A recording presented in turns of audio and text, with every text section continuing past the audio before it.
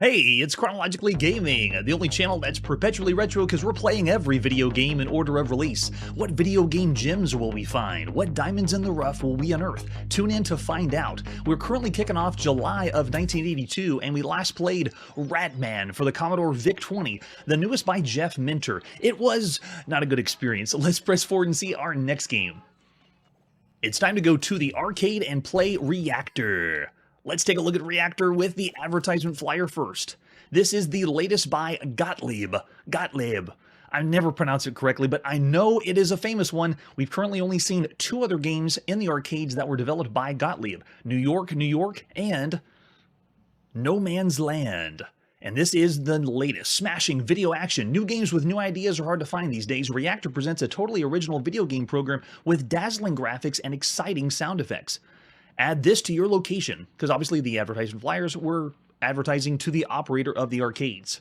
And then if you flip it over on the back, you can see smashing the atoms, cooling the cores, and escaping the vortex. It still doesn't quite make sense. I could see in 1982 you not wanting to get the game because there's just a bunch of flashing lights, but you have to plug this in and play this game to really experience what it is. But this back of the advertisement flyer tells you how to play it. Smash any particles into the outer wall. If you touch the outer wall, you are destroyed. The core grows and grows, making the play area smaller and more challenging. Complete your enemy quota shrinks the core.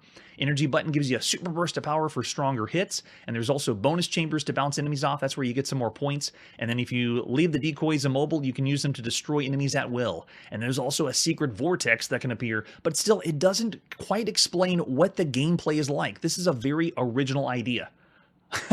Yes, the most amazing game. There's the example of the arcade cabinet. Really loving the color. And obviously they're using what looks like vector graphics or neon to make it pop on the sides, but this is not a vector-based game, even though that would be what you'd also see in the arcades at the time. And there's the arcade PCB, if you want to get technical and see all the chips. There is the control panel. This is played with the trackball, or one of the normal size trackballs. Over on the sides, you only have two buttons, one to shoot off energy and the other one to place a decoy.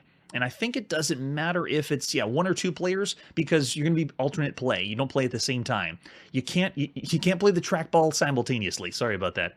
Yeah, for controls, it's just two extra buttons besides the trackball, and there is the arcade marquee for Reactor. Oh yeah, with an example of the screenshot. Let's take a look at the manual.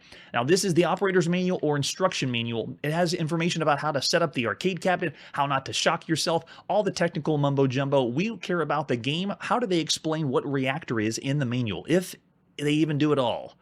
So you can see they have installation, game operation, gameplay and scoring, sound and speech. You gotta have that in the arcades in 1982. Love it. Yeah, we'll breeze by the installation. Don't need the setup. Make sure you got all the parts though, that's for sure. Turn the game on, and then game operation. Tells you how the second player works. The additional player is alternate play. You take turns back and forth. And that's still kind of the norm. We haven't seen too many simultaneous play arcade games. If you want a lot of simultaneous or multiplayer experiences, you're going to find them more on the console and the home computer. Oh gosh, though, how to play is a massive. The game activity starts with a player ship contained within the heart of a nuclear reactor. The player moves their ship using a trackball and has the use of rapid fire energy button and a decoy button to protect themselves. Oh yes, we will turn the volume up. I purposely turned the volume up for this game. It is amazing. During the gameplay, the core expands as the enemy particles attempt to destroy the player's ship by deflecting it against the kill wall. Simultaneously, the player must destroy the enemy particles by using his ship to deflect them against the kill wall. You push the energy button, which is the button on your control panel, to contact with the enemy particles. This will increase the force applied and push them against the walls. The more you push against the walls, then the reactor slowly goes down. In doing so, particles will be lured into a position that will allow the player to destroy them against the kill wall, destroy them against the control rods, or trap them in the bonus chamber.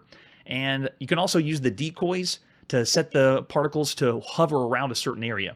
When the enemy particles are bonus chambers, they deflect off the walls, and you get bonus points. So if you can lure them into those areas, then you get extra bonus points. You earn 15 points per bounce, and as play progresses, the reactor core continually grows in size and decreases the usable play field. So as the center core gets larger, you got less to worry about, because if you run on the walls, you will die.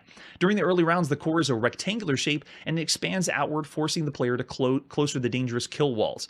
The player can shrink the core by destroying either set of control rods or killing the total amount of enemies to go for each round. Later rounds, the rectangle expands into a swirling vortex. Unlike the rectangular core, the vortex is deadly to the player.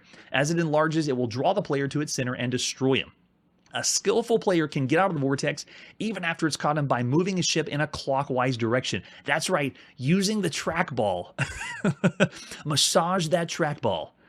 The ideal gameplay is balanced using the decoys and bounce chambers to accumulate large bonus points, extra ships, and the control rods to gain extra decoys. While it is very, very lengthy for the explanation, it was pretty precise of exactly how it works. And then they show you round progressions. It's instead of 5s, rounds up to 33, 4 repeats itself, but the game particles gain speed and mass and are harder to kill. So it's essentially still the arcade game we've seen where there isn't an ending, there isn't multiple levels, it's just going to get more and more difficult. I would say one of the tropes of the classic or golden age of arcade games. And then there's our gameplay and scoring. Oh my gosh, I've never seen a grid this detailed with scores. This is the pentultimate of what is the score in 1982. That's awesome. Yeah, they break it down even more. They have the control panel instructions, and this is what you see right above the control panel or right above the trackball, what the rules are, and then they give you some tactics too. Nice touch putting it in the manual. Usually you have to see it on the system itself. And then they have this speech adjustments. Oh yeah, we want to crank those up. Here we go. Let's go to the arcade and play Reactor. Warning, core unstable. That's right, the core is unstable. This is by Tim Skelly of Gottlieb.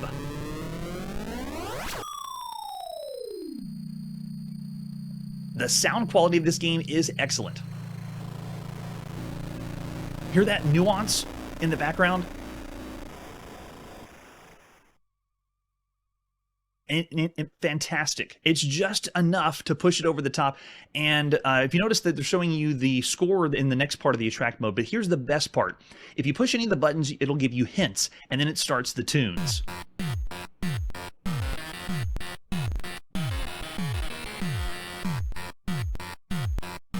Another arcade system that has the bass, but this song right here, I'm sure they're going for rock or metal, but because it's electronic, it sounds more like Kraftwerk or possibly techno.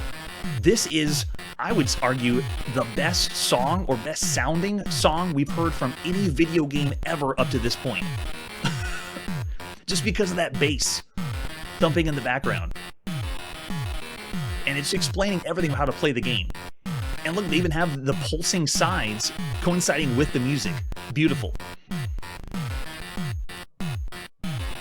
So we got one credit in. It shows all the instructions. There's the particles, the kill wall, the core, and the player. Anything that hits the wall is destroyed, including yourself. Knocking either side of the control rods will cool down the core, and that'll just make it less, there it is, cooling down. So you have more of a playfield before you get knocked in the walls. Get extra decoys if you knock in all the rods. Press the energy for extra hit power as you try to destroy the particles into the walls. Make sure they keep between you and the wall or you're going to die. And you can also lay a decoy, which will lure the particles into that spot. And there's those bonus chambers we read about in the manual. Yes, I believe this is the very first rock, hardcore rock sound. Yes, it does sound like that. All right, we're ready to go. This is controlled with the trackball. So look at this freedom of movement as I am the blue particle moving around. Do not touch the walls, but you have the button to drop a decoy, and I have the button to use my energy to fly them against the walls. Look at that. But the control is really, really nice. I don't get any problem for touching the reactor, so one strategy is hug the reactor as it's expanding, and just get them, because you don't get any penalty for touching the reactor like this.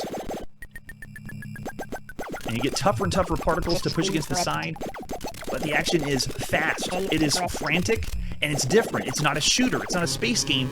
It's playing off of the nuclear era that we're dealing in 1982. Oh yeah, they're getting tough. Got me. Oh, 3 different songs. I will tell you, when we play some arcade games here on the channel, it doesn't do justice going into the arcade and playing it for yourself. This is another example. While it's not a vector-based game, the sound effects and the sound quality of this game are top-notch.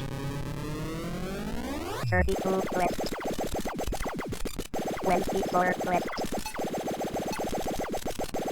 16 left. The other thing that drives it up is hearing the voices in the background. 8 left. Oh, they got me. Arcade games that talk to you just add another notch in making it more fun to play. All right, so we got no more decoys left. I got one of them into the back wall, and you see it closes up. Yeah, no more decoys, so now I gotta work my way to push them against the wall as best I can. 24 left. 16 left. 8 left. Voices in the background are giving us countdowns of how close we are to nearing the end. That's right, it's like the bump mechanic in Ys. I never thought of it like that. I'd say it's not as refined as... this is more refined than Ys. 24 left. 16 left. But you are speaking of the future. We don't know what Ys is. 8 left. But we are definitely bumping them. Oh no, this isn't good. Oh, that got close. 40 left. It is very frantic, and it also is slightly a work of art, the game, because it feels like we're playing on a canvas rather than a video game. Because, you know, there's not any characters. There's not Pac-Man. This is subatomic particles we're playing with. So it's more abstract than most games we play with at the time.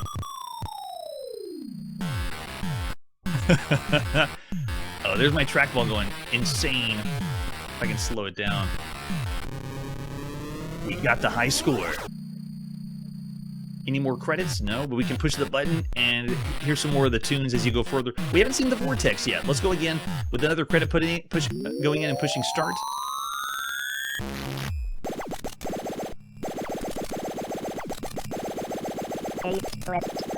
I really thought we'd get to the vortex in that last time when the reactor was all the way on the edge. 16 left. So Reactor is a feat to behold. If you're here live in the chat, go ahead and start throwing out what you would give this game for all the other arcade games at the time.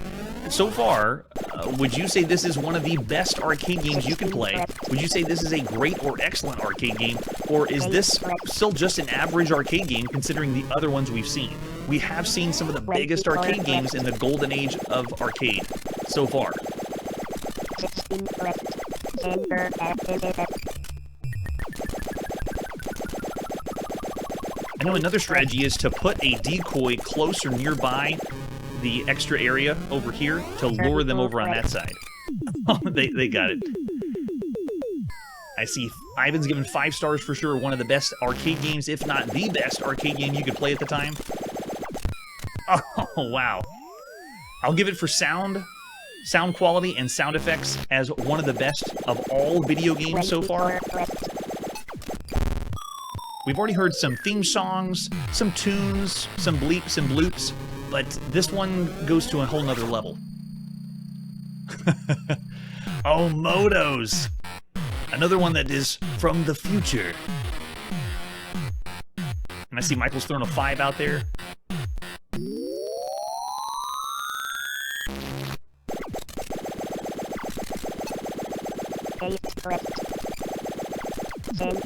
There we go, got one in the bonus area there.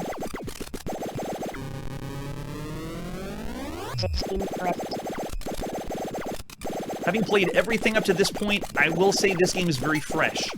It doesn't feel like we've played anything close to or representing this style of gameplay. So if you went to the arcade and you were tired of all the shooters or characters and you wanted something new, Reactor is where it's at. Seeing 4 at least. That's true. It doesn't seem like the core is getting very further in this one. Because we still haven't seen the vortex. 24 left. 16 left.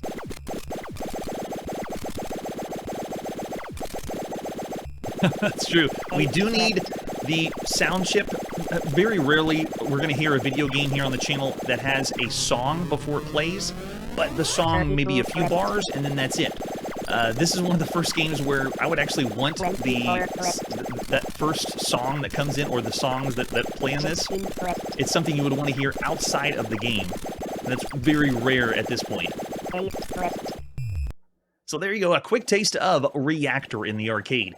Of all the video games we played up to this point, the arcade game is pushing the notch where it comes to audio, it's pushing it where it comes to creativity. However, the game itself is still something that is one-player affair, and while it is original, it can wear over time unless you get in that zone. So I'm going to say it's not one of the best arcade games you could play at the time, but it's very, very high up there. I'm going to go with 4 stars for Reactor.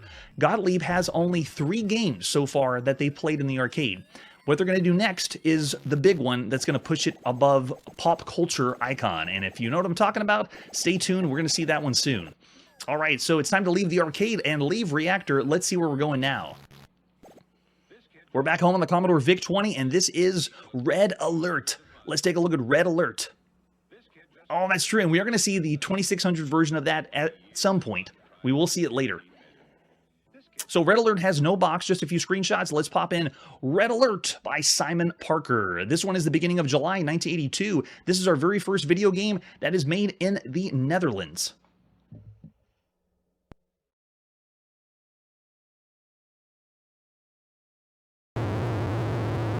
So this one is a Scramble variant. A very, very choppy, very, very slow version of Scramble, and it's keyboard only. Even though I got my Commodore VIC-20 joystick plugged in, it does not respond. You have to know which keys to play the game. There it is. And all I can do is drop bombs because I've tried every other command, but it doesn't work correctly. We played several side-scrolling video games, several Scramble variants.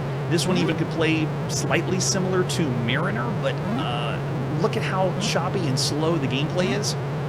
Especially when we've seen VIC-20, that's all I'm going to show. That's it, because Red Alert is really not very well done on the VIC-20 and doesn't play as well as other games on the VIC-20. So even though we've seen better than this, I'm still going to say it's pretty bad. Down here in the bad range, Red Alert is like halfway between broken and bad. There's much better the VIC-20 can do, much better the home computer can do. Yes, if you're scrambled out now, we're going to see a lot of Scramble. Oh, yes, that's a good point. Worse than a handheld game. Yikes. That's low, Manly. That's low. All right, let's see our next game. We're still hanging out on the Commodore VIC-20. This is Road Toad. Another game that we don't have much artwork for. All I could scramble up was someone posted the cassette tape of Road Toad. Let's pop it and play Road Toad by Nibbles and Bits, published by Commercial Data Systems at the beginning of July 1982. I believe that was basic, and this one's another one. Road Toad is a Frogger variant at home. So far, there's only been one official way to play Frogger at home, and that is in Japan. On the NEC PC 6001. So here we go, another copycat of Frogger. It is tile-based, but you can see that it's using the joystick to control, and it actually responds really well, very fast for the Commodore VIC-20. And whenever you die as a cross. There's no splatting frog. This actually plays pretty well. It responds quickly, and you are moving tile by tile as you move to the top, but it works well enough to play Frogger, especially when there's not a real official way to play Frogger. We have seen better, though. The best Frogger, in my opinion, that you can play at home is Pacific Coast Highway. Check that one out. But Road Toad's still pretty good. For the Commodore VIC-20, this is one of the better ones. So far, we've seen... There hasn't been a Cornsoft version of Frogger yet, and there hasn't been a official Konami version of Frogger on consoles yet either. We've only seen one official one for the Japanese home computers. Judeo-Christian Toad. And it makes more sense, too. Wait a second, I was on the back of the crocodile. It didn't work? This crocodile doesn't let you go anywhere. Man, you lose all lives, it flashes up. It makes more sense to play as Road Toad because you can't go in the water. Toads don't go in the water. Frogger made no sense. Maybe that's why all his friends picked on him. It was the frog who couldn't go in the water. But Road Toad, yeah, it makes sense. He can't go in the water. All right, so I don't trust the crocodile now. How I make it across.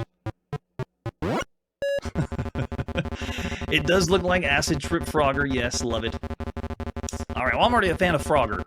And while we played better versions at home, it's still very early on when you could play Frogger at home. So Road Toad's still a really fun time. I'd say around average for all the games you could play. It doesn't push anything above that, but it works well enough, and it does use the joystick on your Commodore VIC-20. So I'm going 3 stars of all the home computer games up to this point. As far as Frogger, though, check out Pacific Coast Highway. Yes, maybe the Toad crossed the road. Only you can find out. All right, let's see our next video game. We're going to the Apple II, and this is Robot Battle. Robot Battle is really hard to come by, really hard to find information for and artwork for. The screenshot of the box that I have is terrible. It is the lowest resolution I've ever seen. If you have any more screens, please let me know. Now, this is not to be confused with another Robot Battle that's by Softside Magazine. And we're not going to see that one later until it's re-released as Robot Attack. There isn't a known copy or a way to play Robot Battle by Softside Magazine. But this is a different Robot Battle, not to be confused with that one. Let's pop in and play Robot Battle on the Apple II at the beginning of July 1982. Oh, that's true. Whenever we see the cartoon, the ads also haven't come out, the official ads for Frogger. You know, the ones where Frogger's at a party or business party and he talks to the screen? This is United Software of America by Adam Bellin. Way to go, Adam. Here you go, ladies and gentlemen, Robot Battle is the very first time you could play Robotron 2084 at home. All right, I'm ready to go. Yes, and we got our joystick plugged in, hitting J for joystick. If you want to play 2 players, it is still an alternate player affair, just like the arcade. So I'm going to go 1 player, and we're going hard mode. Let's go. All right, so there's only one big problem with this game. It looks the part, but it cannot play the part because the arcade had the twin stick shooter. This one only has 1 stick. So whenever I'm playing, I gotta move and shoot in the same direction I'm moving. But I can still rescue the player. I'm interested to see how many robots they put on the screen for this. This is obviously looking just like Robotron 2084, but we've already seen twin stick shooters that allowed you to move and control the player character at the same time. But this doesn't look like it's based on that. This looks like it's actually based... Oh, they got me. Actually based on Robotron 2084.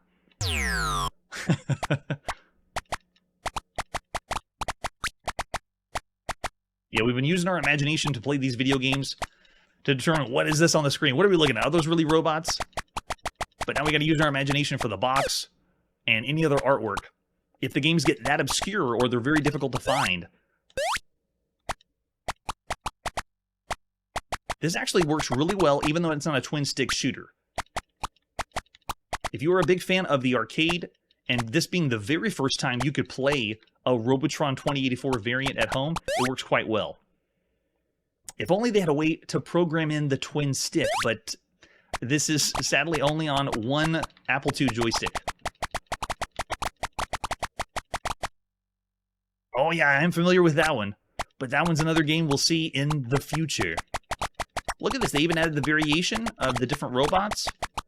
We do have the people to pick up, but I'd be hard-pressed to say, how can you really tell where the people are on the, like, which ones right now are robots and which one right now are people? Can you really tell? It's very difficult to tell the difference.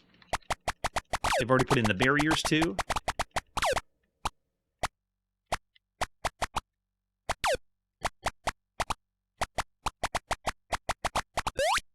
And they're doing a really good job at having a lot of different objects on the screen at once. Look at this. Look how many enemies we have coming at us. I want to see a little further, and I want to play a little longer to see if the Apple II starts chugging along, because there's that many objects on the screen. I mean, look at this. This looks like the arcade with as many robots that are flying at us. And there's a human being. I got it. I can barely tell which one's the human or the robot.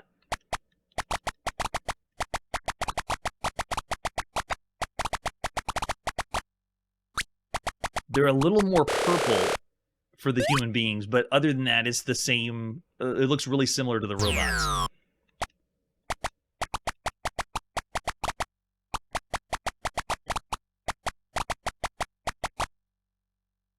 So here on Chronologically Gaming, I give you the sights and the sounds of video games, but one of the biggest points of playing a video game is the control. What does it play like? And sadly, that's very difficult to explain unless you have the controller in the palm of your hand. So this game, while it does look the part, and it does sound the part for a good Robotron game, the biggest part that's lacking is the gameplay. We've played plenty of other shooters on the Apple II and arcade-style games, but because this is meant to be lots of enemies coming at you at once, and the arcade allows you the freedom to move and shoot different directions, this does not. So it feels slightly clunky just because it's designed to be a game that allows you to shoot more than you're supposed to, but this can't do it. You can't do it on the Apple II. If only we had a game that you could put... I'm thinking of the Atari VCS, where you have your two joysticks and you play Robotron 2084.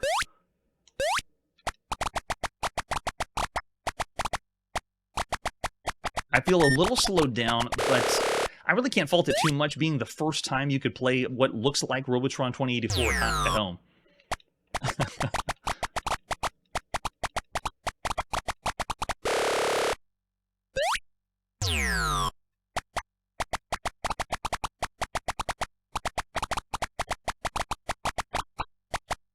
Oh, go get it. There we go. And they do give you plenty of lives.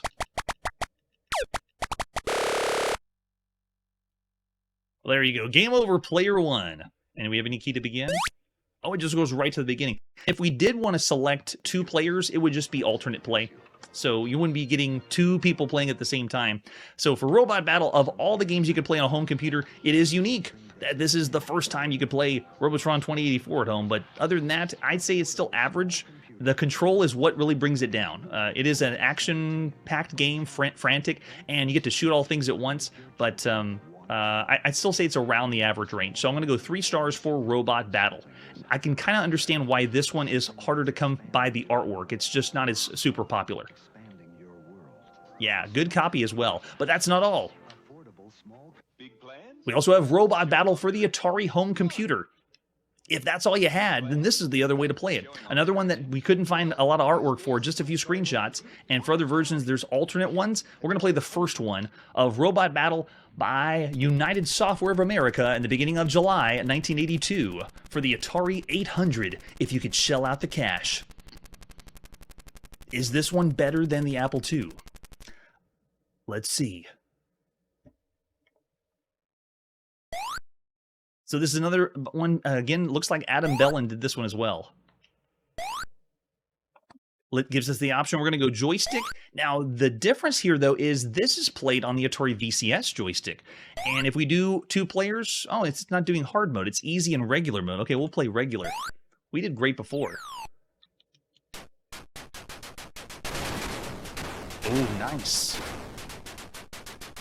Sound effects are different, but I'd be even more hard-pressed to say, can you even tell the difference between a robot and a human? Look how close they are. I do have artifacting turned on because it allows for some of the colors to come through. Otherwise, this is a completely black and white game affair. And if you had the correct monitor plugged in, this is the way you'd be seeing it in 1982. You'd want to have some of the color, but sound effects are pretty nice. Better than the Apple II, which makes sense. But controls are still the same. Now, I'd like to know, I'm going to plug in the second Atari VCS joystick. Does it work with both? I want to see if it does anything. Does anything happen? No, it doesn't. So a missed opportunity. Why didn't they program this to use both Atari VCS joysticks, where you could move and attack with the other joystick?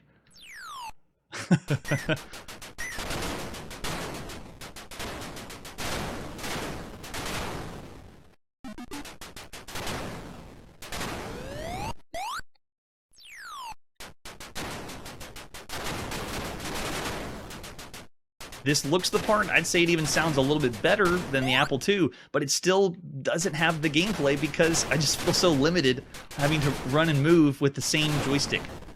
You need 2 sticks for a Robotron 2084 game to be a really good one. And off the top of my head, we haven't seen any home version of a twin-stick shooter game. Everything we've seen with 2 sticks or being able to move and shoot different ways has been in the arcade.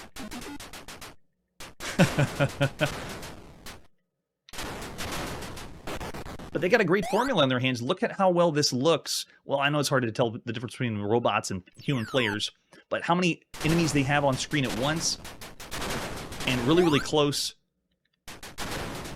to Robotron 2084. Nice job.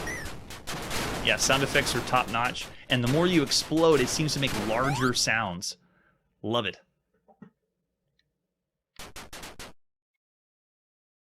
All right, so that is Robot Battle for the Atari home computer. I'm still with the same as the Apple II. It's around the 3-star range. A very average title, and it just brings it down because of the gameplay. Making a game that's supposed to be two sticks moving around, and you bring it down to 1, it doesn't play as well. And we're going to see a lot of that. That's true, yes. You do whenever you play on the Atari, but we haven't seen that yet. The only one we've seen is the Robotron 2084 in the arcade. Yes. Yeah, that's true. No flickering or slowdown. You know what? Because we haven't seen too many Robotron games, I'm going to bump these up. Robot Battle needs a little bit more. I'm going to say 3.5 stars. It's unique that this was so quickly available to play at home, and being able to put so much on screen is pretty impressive. So I'll go 3.5 stars for each one. They just get a notch above. Very nice. Now, let's see our next game. It's time to go back to the Apple II, and this is Voodoo Castle. And if you think to yourself, we've played Voodoo Castle countless times, you're correct. This is the very first time that Scott Adams has remastered Voodoo Castle in his S.A.G.A series, or the Scott Adams Graphic Adventure series. So this is number 4, Voodoo Castle. Let's take a look at the box. Oh yes. So they redid not just the front of the box, they redid the game itself and added graphics, and it's not a text-only affair. And they even show you on the front, look at the... They have examples of the in-game screenshots. Really, really nice. Changed up what it looks like, too. Let's flip it over on the back. And they even changed the back. When we saw the usual Adventure International games, this looks totally different. When you sit down to a Scott Adams graphic adventure game, anything can happen. Mom turns into a mermaid, Dad turns into a Viking, you turn into Dracula, and your dog turns into just a really sad dog. As the name implies, it shows you that there's classic adventures that they've redone. We have a suggested age group as usual, graphic orientated, and then they also show you the skill level, which is similar to the old box by Adventure International. That's right, it's the return of the Bob Ross of computer games. Let's see what other artwork we have for Voodoo Castle. There's the disc we would have played it, and then just a screenshot. For the versions, this has 2 different sides to play. Let's pop in and play S.A.G.A number 4, Voodoo Castle by Adventure International, at the beginning of July 1982. If you haven't got enough, wait a second, we just started the game. Flip the disc over. We're right here in the beginning. Okay, we'll flip it over. There we go. Now, as the other games we've seen by Scott Adams, these remastered ones have an open letter to not pirate your games. We are not going to read the letter. We're going to go ahead and just play the adventure. And then it tells you what this is going to, what the additional features you have, besides the normal text game. What? Flip the disc over again. We just got here. Unicorn dog. This poor sad dog. I wonder if it was Scott Adams' dog. All right, so we flip the disc over, hit return. Prepare yourself. Do we want to restore a previously saved game? We do not. And then do we want the Votrax voice synthesis? We don't. Even if I could emulate the Votrax voice, it has to go and talk through the entire thing. So this would be the longest playthrough or the longest tease of a text adventure game. So we're going to say, no, we do not want the game to talk to us. But you could have the luxury of the game talking to you at the time. Ah, there it is. Scott Adams knows how to put on his charms. This program will allow you to have an adventure without ever leaving your armchair. You'll find yourself in a strange new world. You'll be able to examine, take, and otherwise manipulate the objects you find there. You'll also be able to travel from location to location. I'll be your puppet in this adventure.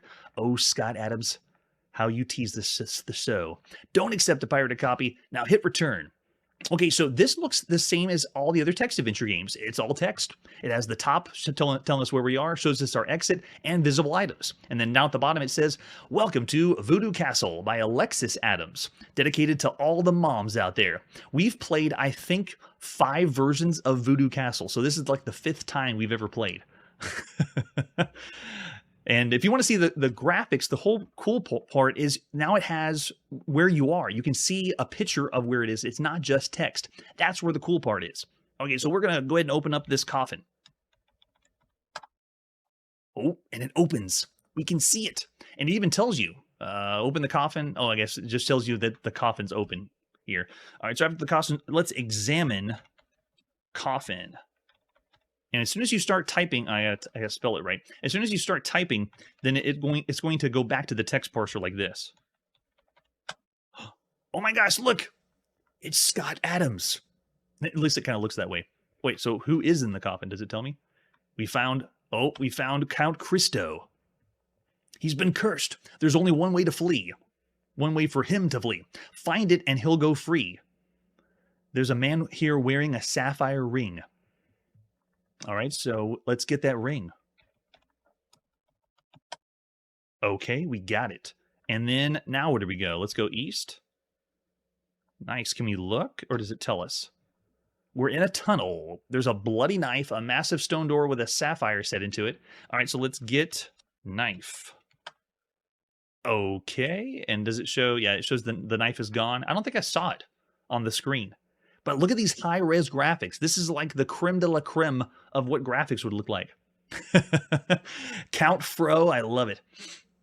All right, so as usual, I'm going to be following a walkthrough. I am not going to get lost in 1982 playing text adventure games. If you want to see me get lost, then look back in our older videos back in 1980 and 1979. I was totally lost in those text adventure games, which gives you the true text adventure game of what it would be like to experience it at the time. All right, so now we want to wave ring. The door vanishes. Oh, the ring glows briefly and the door vanishes. How you would have figured that out, I have no idea. Your guess is as good as mine. Okay, so let's drop the ring. Look at this. We don't have a picture of the ring anywhere on the screen, but the high-res graphics really add to the immersion. Okay, so let's go shoot. Oh, and we made it through. Is that the hole we went through? It looks so small. How do we fit in there? All right, so we have look now. What do we have in here? I see nothing very special. Well, what do we see? I'm in a room in the castle. Visible is here. We have a plaque, a slippery chute leading up, a crack in the wall, and a hole in the wall. So we have all that here. Nice. Okay, so let's go get plaque. Off the wall. Got it. Can we examine plaque? There's something written there. Read plaque. I can't do that. Print's too small for the unaided eye. Oh, so I need a magnifying glass. I see.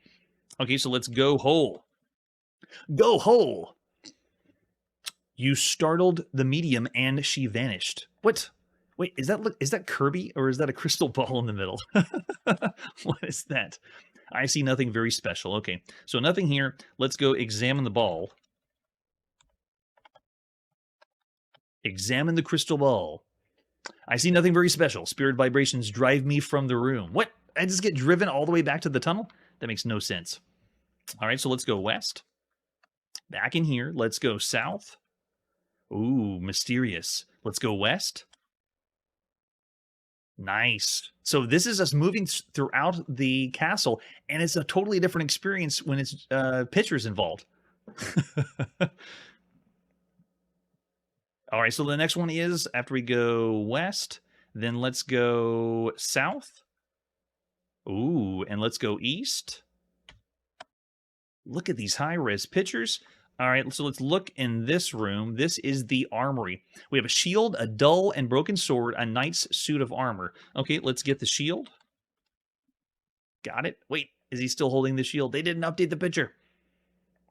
All right, so let's go west. Oh, and let's get the sword, too. Sword and shield, and then let's go west. And go north. Then head over east. And look. We have the dingy stairwell, and we have broken glass here and stairs. We just walked by here. Why didn't we break our feet on the, or rip our feet off on the glass? All right, let's get some glass. Picked it up. No difference in the picture. We have seen some graphic adventure games that have the change of what you just picked up, which is pretty cool. We should have, yes. 0 stars, but these high-res graphics, you can't give 0 stars to these. All right, so let's go east now. Oh, what do we have here? The big kettle. Some room in the castle. Okay. All right, let's go north. What is that? Animal heads? Okay. Now, I don't have to use too much imagination because I see, obviously, it looks like a moose or a lion, but whenever you want to see the text, it tells you what is visible, thankfully. Otherwise, you would be guessing. We have played text adventure games that don't tell you, they tell you squat, and you just have to say, type, get moose, and they're like, no, it's not a moose, it's actually an antelope or something. Or taking off shoes and did Die Hard on the glass. All right, so after we go north, let's go east and east again. And we are currently in a lab. There's a juju bag, chemical tubes, labeled chemicals that are here. Okay. All right, we have examine chemicals. They appear to be mixable. Oh man, imagine the puzzle you'd have to figure out for this one. I do know that Adventure International allowed you to write in, like you needed help or hints for things, and then if you paid a certain fee, then they would give you the answers back. Very clever, Scott Adams. If you pay enough, then you can get all the answers. All right, so they appear to be mixed, so let's mix them.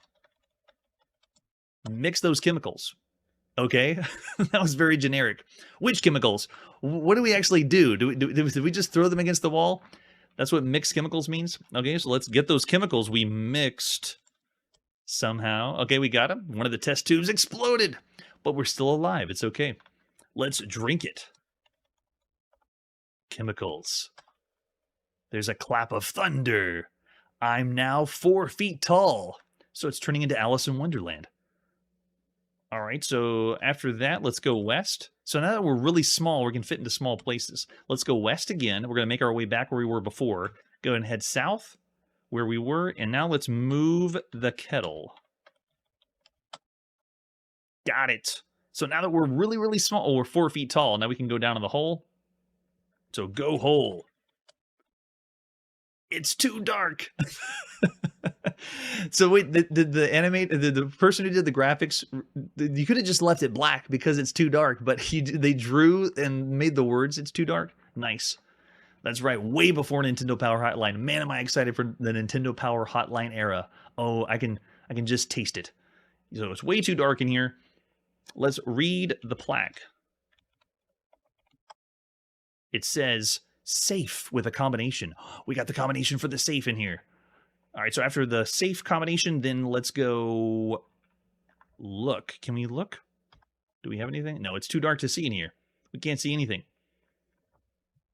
All right, I think we've had enough taste. We've actually played further in Voodoo Castle than we've ever played here on the channel.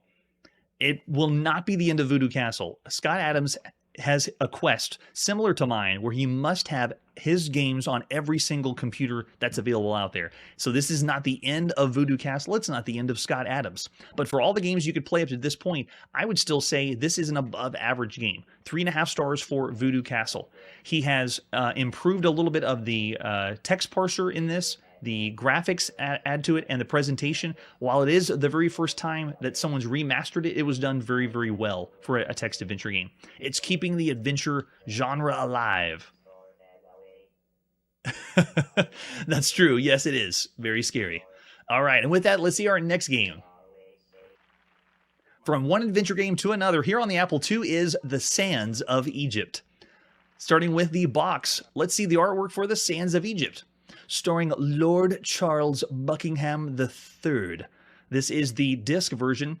Oh, nice. They make it like a movie. Directed by Steve Bjork, story by James Guerin, screenplay and special effects. Very cool. This is by Datasoft. Let's flip it over on the back.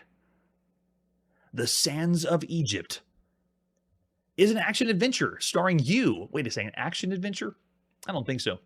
You're in the role of Lord Charles Buckingham III, the world-famous British explorer attacked by nomads while on an archaeology expedition to Egypt. Lord Charles was knocked unconscious and is now hopelessly lost in the fabled land of the pharaohs.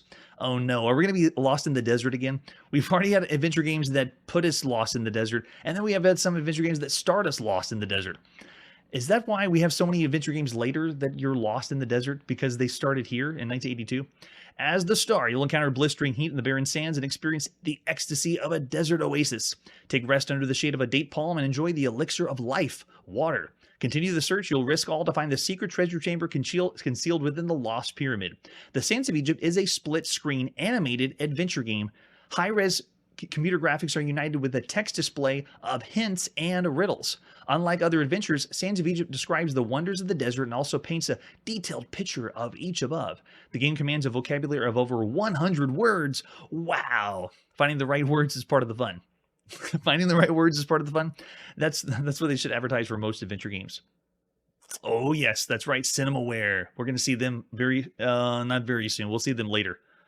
A true test of endurance and self-reliance. This is Sands of Egypt.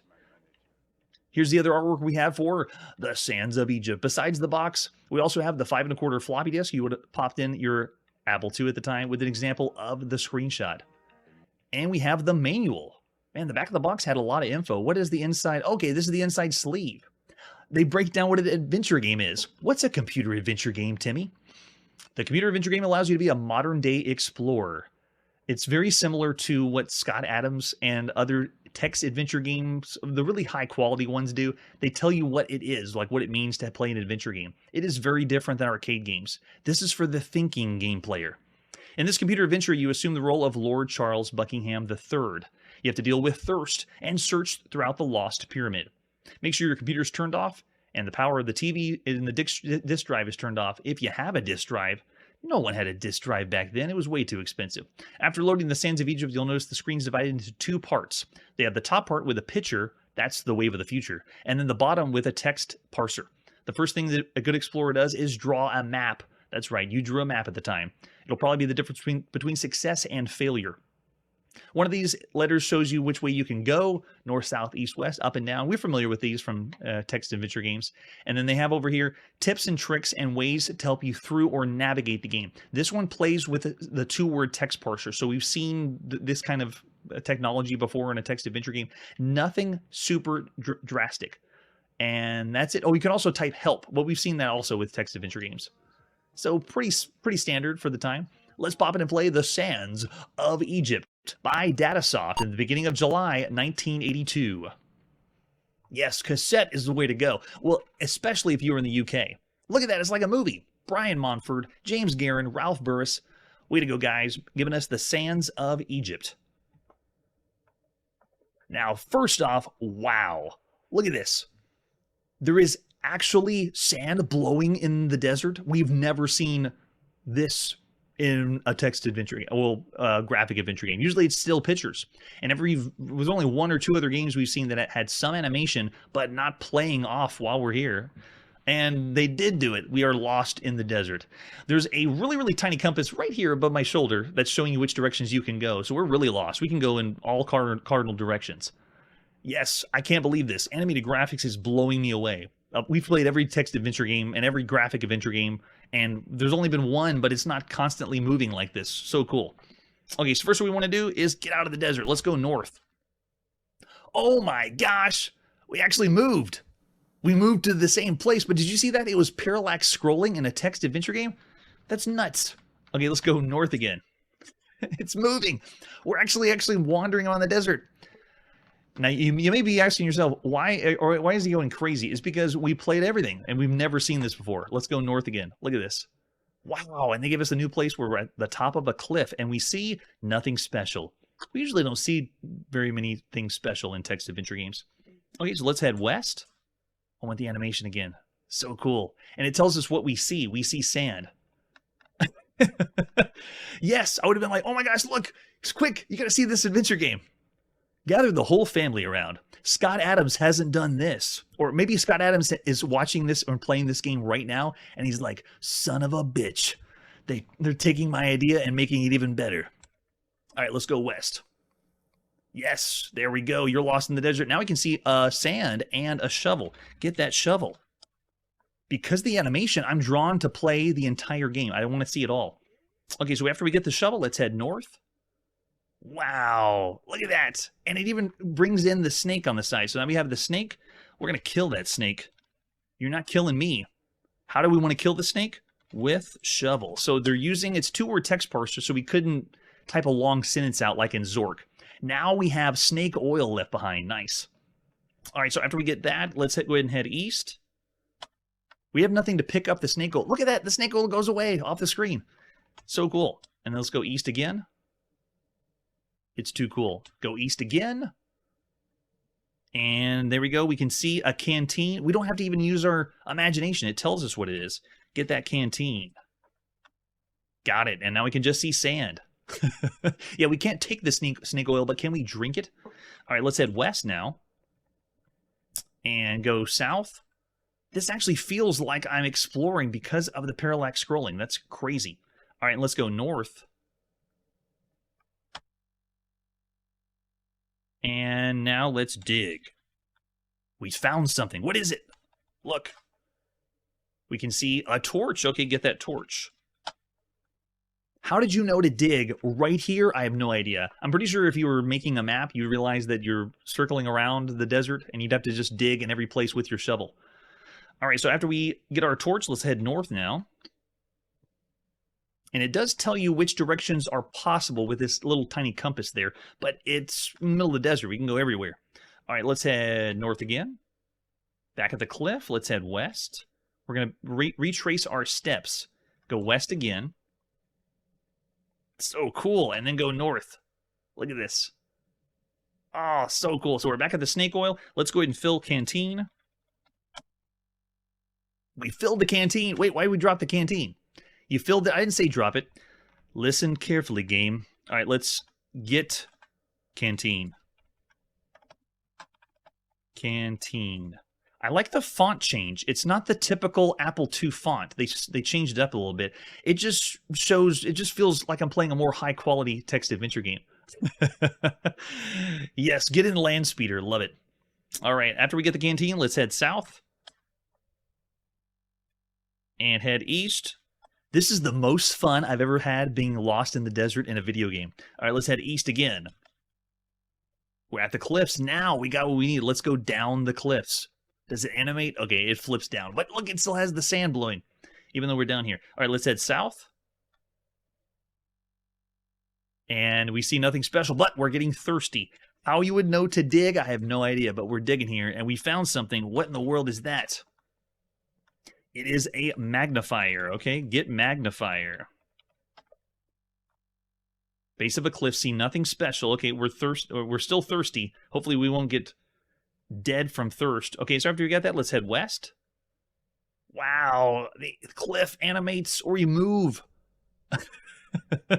And let's go west again. Oh, and we're back in the desert. So let's head north. And then south. And then east. So why did I go up north, south? Oh, we're here. We did it. We made it to the oasis. Yes. Ooh, it looks so nice. So that's where we're going to put our stop for the Apple II version of the Sands of Egypt. That was an experience. I can only think of one or two other graphic adventure games that had some kind of animation. But the ones that did it didn't execute it very well, and the game itself wasn't as playable. That one felt like a tier above everything we've seen so far. Yes, right, we made it to the water. All right, so I'm going to say, of all the games you could play at this time, this is up there. This is one of the best games as far as adventure games you could play. But when you consider all the other computer games out there, I don't know if I could go in the range of 4.5 to 5 stars, but Sands of Egypt is high quality. Just because of the jarring difference between this and other games, I'll say 4 stars, but I wouldn't push it as high as that because we're still using a 2-word text parser, and the adventure itself you're in the desert. So, I mean, how much enjoyability would you have with the puzzles? Because it is still very difficult. But 4 stars, excellent game for all the computer games. But that's not all. We also have The Sands of Egypt for the Atari home computer. And because we don't want to play the same game over from the beginning, we're going to take over where we left off on the Apple II. Let's take a look at the box for the Sands of Egypt on the Atari 800. Still playing it off like a movie. Great job, Datasoft. Front of the box has the who's directing it, story and everything. And looks the same as it was on the Apple II. Nice touch. Scott Adams has been dethroned. The other artwork we have for the Atari version is the ad by Datasoft at the time. Look what's coming up. The Dallas Quest. I don't know if you can see it. It's kind of small. Lots of other text-adventure games. And then we also have Nibbler on there, which we've seen. And then a few others that say are coming soon. Here's the manual that you would have had on the Atari version of the Sands of Egypt. I believe it's the same one. Yeah, it's telling you about what's a computer game, the introduction to the story, how you're playing, how you got lost in the middle of the desert, and then what you can use for commands and giving you some help. How to use that two-word text parser to get the computer to understand what you want to do. All right, let's pop in and play the Sands of Egypt. This is the port by Frank Cohen in the beginning of July 1982. Still by Datasoft. Now, we are not starting at the beginning because we've already played through this, so let's load it up. Yes, let's put in our save disk of where we left off. It doesn't really make sense on the Apple II, but it's fun. And now that we're loaded, we load the master disk back. Master disk is back, and we push the start key, and we are in. At the Oasis, we're by a pool. We can see the pool, a pyramid, a camel, and we are thirsty. So can we drink, right? Snake oil is poisonous. The adventure is over. We were right by a pool. Why would the game assume I want to drink snake oil? I want to drink the water in the pool at the Oasis. Care to try again? Yes, I would. And it just resets the game. Oh, man.